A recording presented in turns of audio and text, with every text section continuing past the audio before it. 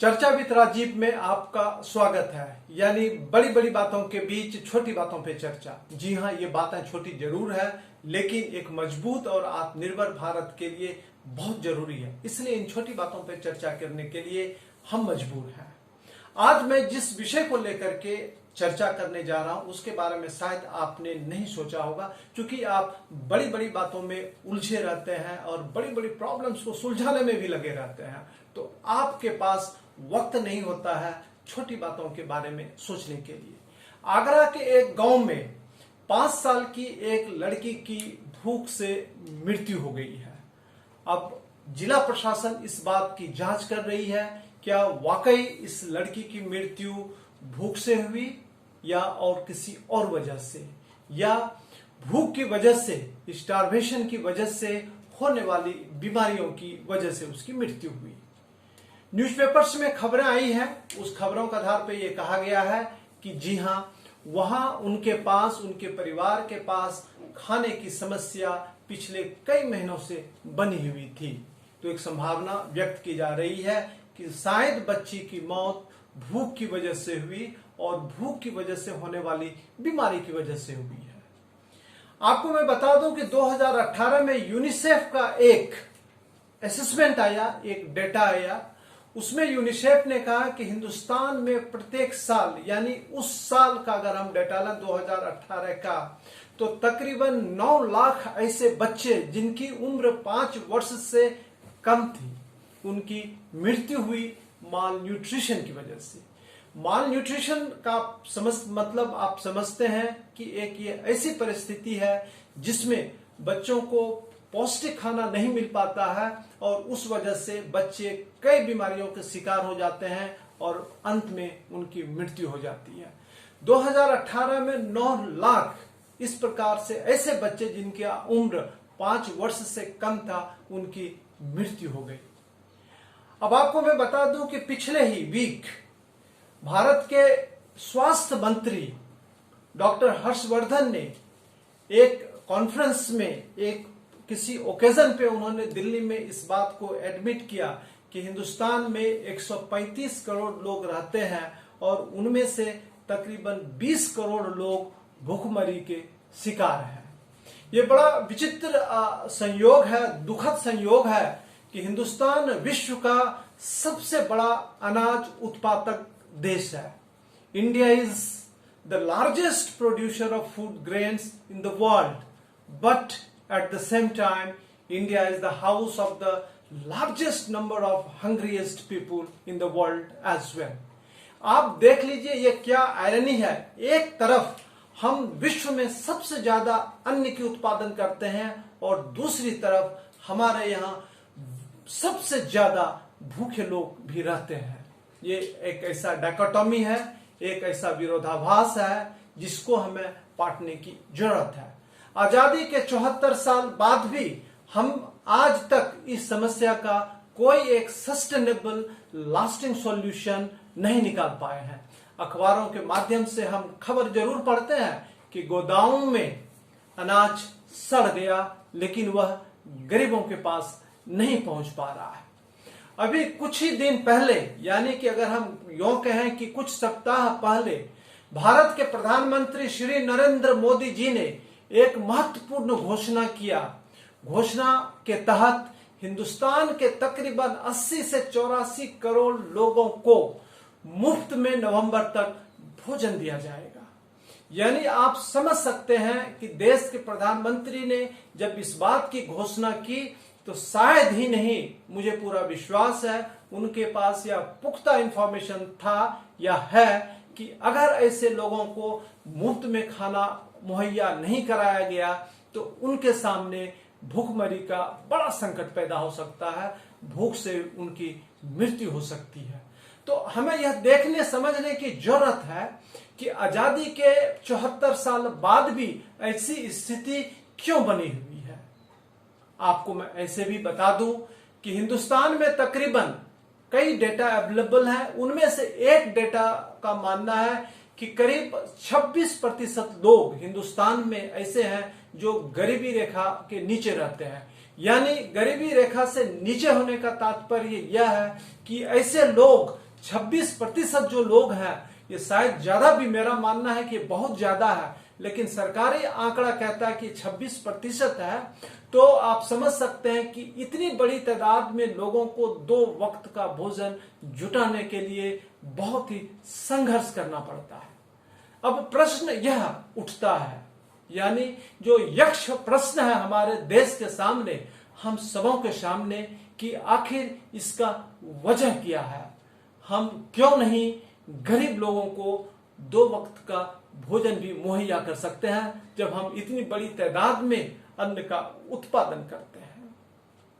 Friends, यह आपके लिए शायद उतनी बड़ी बात नहीं हो और आपने शायद इसके बारे में कभी सोचा भी नहीं हो, या आपने इन बातों को छोटी बात के रूप में इग्नोर किया हो।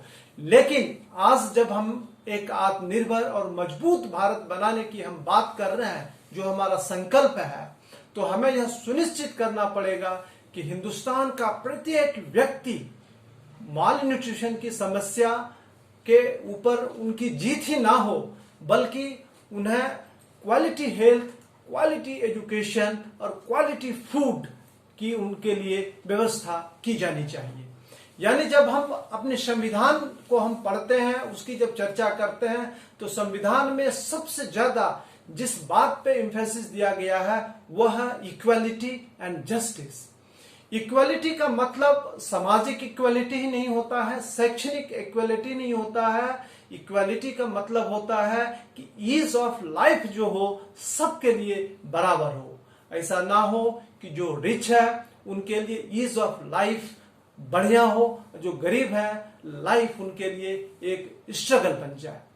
तो इक्वालिटी की जब हम बात करते हैं तो हमें यह सुनिश्चित करनी चाहिए कि देश में कोई भी व्यक्ति भूख से ना मरे। जब हम जस्टिस की बात करते हैं तो जस्टिस से मतलब सिर्फ न्यायालय के द्वारा किया गया जस्टिस ही नहीं है।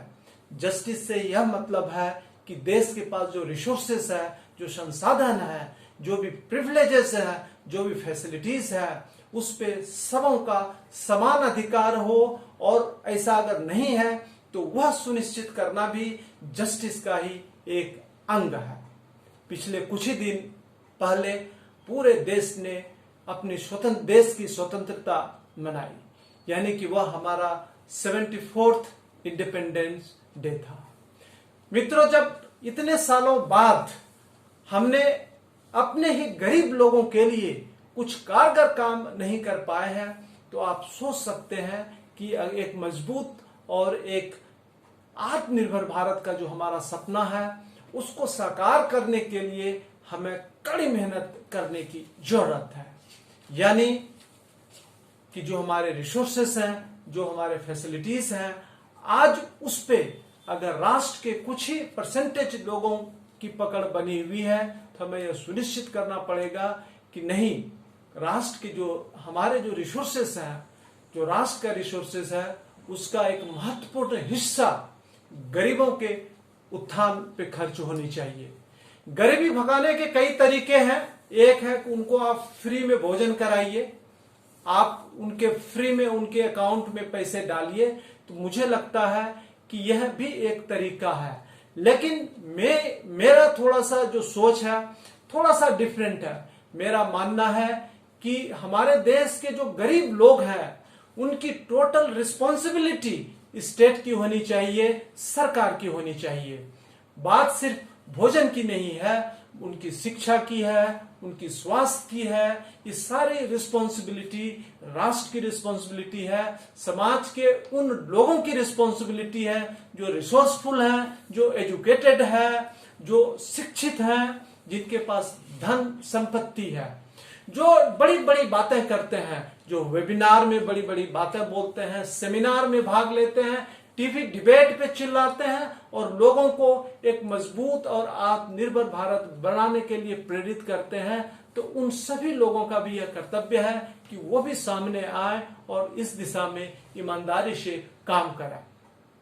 मैं इस बात को बहुत ही ह्यूमिलिटी के साथ एक्सेप्ट करता हूं कि ऑनरेबल प्राइम मिनिस्टर ने यह जो हमें एक टास्क दिया है, देश के सामने जो उन्होंने एक टारगेट रखा है, आत्मनिर्भर और मजबूत भारत का यह तभी साकार हो सकता है जब हिंदुस्तान का प्रत्येक व्यक्ति आत्मनिर्भर होगा, प्रत्येक व्यक्ति मजबूत होगा, सामाजिक रूप से, आर्थिक रूप से, शैक्षणिक रूप से।